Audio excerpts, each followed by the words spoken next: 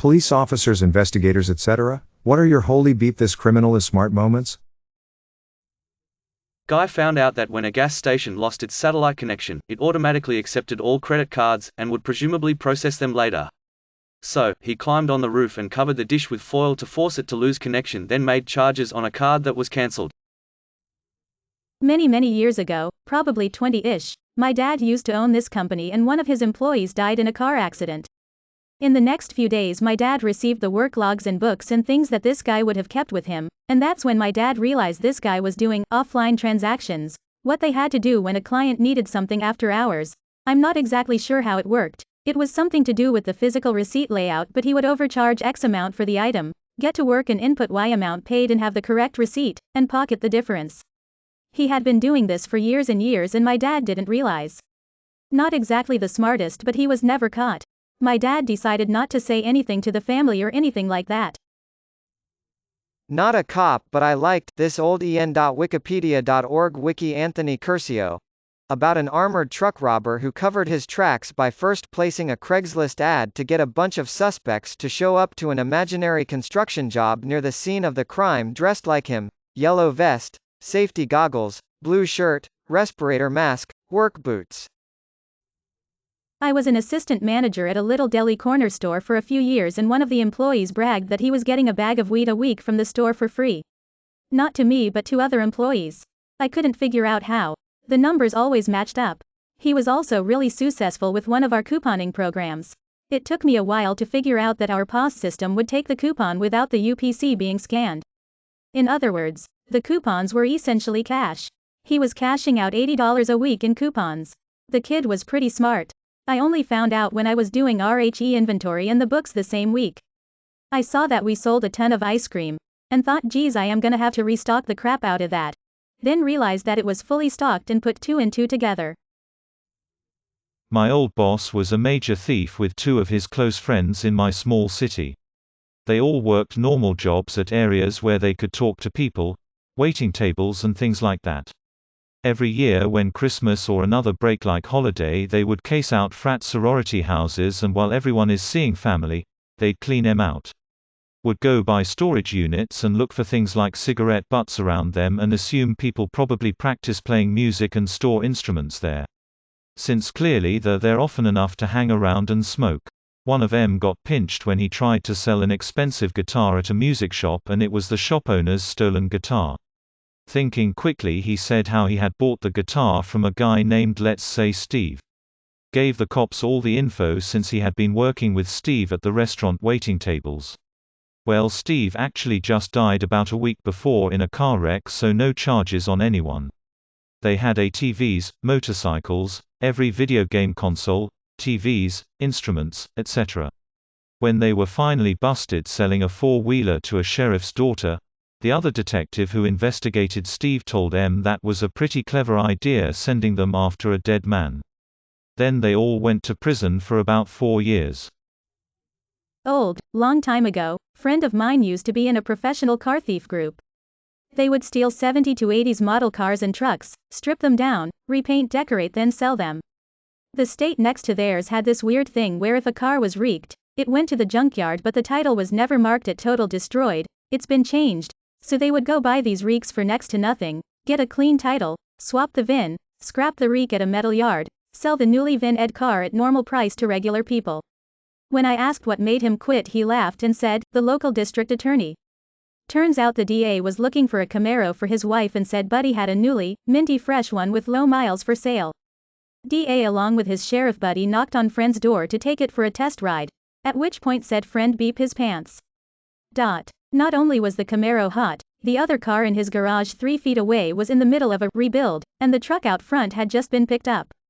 He was 100% convinced he was screwed beyond belief, but they took the car for a spin, loved it and paid cash for the Camaro.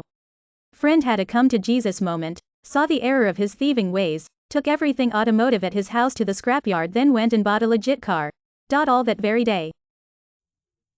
In the 2000s you could order a new credit card, not activate it, and then when you were on a long-haul flight you could upgrade via the card machine to first class once on board and then pay for the premium service, and when the flight landed and got internet connection none of the purchases would be successful and you would already be out of the airport.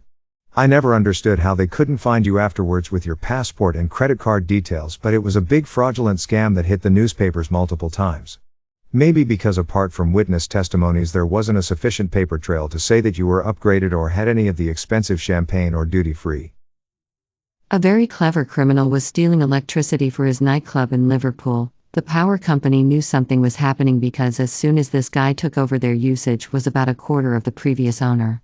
They finally sent an old guy out to check the meter for problems. He discovered that they'd fitted a pressure switch on the door so that when it was open the meter turned as normal, but as soon as you closes it the meter would stop turning. 2 years they'd been investigating before he was caught out. Dude hit like 10 banks and many other stores. Just wearing his pandemic mask and a hood always on a very rainy stormy day. Walked in each place and handed them a note that said he would shoot and be certain to kill them if they didn't give him all the cash they had. Ballsy, but I mean they still haven't caught him. So damn. Pretty smart way to do it, I guess. Probably didn't even have a gun. What's funny is none of the banks ever triggered the silent alarm, and most of the stores called like 5 minutes after he left. He must have been pretty intimidating. Not sure exactly what the note said. Edit, another interesting fact I forgot, he never had a vehicle according to the security cameras. My theory is he had an accomplice somewhere nearby pick him up, could be a number of other ways though. Would be interested on Reddit's theories how he always got away so clean. I am not a police officer but knew a doctor who was kind of a scam artist. It was a bit odd because he was a brilliant doctor and made so many people's lives better that people were so grateful they were always throwing money at him. Anyway, he ran a motor vehicle accident rehabilitation clinic, and he paid police officers a referral fee for any accident victims that they sent his way. It was something like $500 CAD, which sounds like a lot, but each client was worth tens of thousands of dollars to the clinic. He also literally hired one of the guys who wrote the actual tax code, for an accountant lawyer, so he would get away with so much slimy stuff, but I'm sure the revenue agency knew who he hired, so they were like, yeah, that guy is untouchable, don't waste your time. I just like to tell this story when I can. My dad used to race cars in the 80s and he got caught by a police car. They turned on their lights and chased him. My dad was using nose before that was super common, and he flipped that on and took off and then skidded into a random parking lot, crawled through the bushes and got home, then immediately called the police and filed that his car was stolen. They already knew my dad, but were like, God damn it. We'll keep an eye out for it. Oh look, there it is. Oh thank God you found it. And he walked over and picked it up and drove home. It. They knew he was lying, but couldn't do beep about it. Okay, not a police officer here. Worked in a corporate hair salon. We had a class on loss prevention at one time, and the lady that came to talk about what constitutes as theft with employees. One story she told us was about another salon, located somewhere else, where the stylists themselves were stealing money right from the company. Out of 5 stylists, 4 of them were scamming the company. Instead of running credit card payments through the corporate credit card system on the POS, they would tell the clients the CC system was down, and they would have to run the card through another CC system. Each of the 4 stylists had Square devices that they each set up like their own business, so the charges went straight to their own bank accounts, and then the service would either be cancelled or show up as a no-show. They finally got caught when a customer called corporate to complain about her service and was wanting a refund. The transaction was nowhere to be found. The sad thing was one of the stylists was the salon manager, who ended up going to prison for 3 years plus having to pay restitution. I'm not sure what the other 3 got, but I'm sure they all lost their jobs.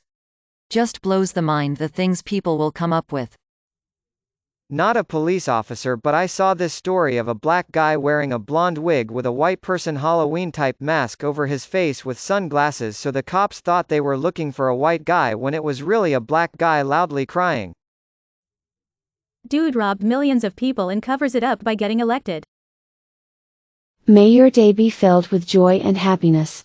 And please remember to subscribe to Upvote for the best quality content every day.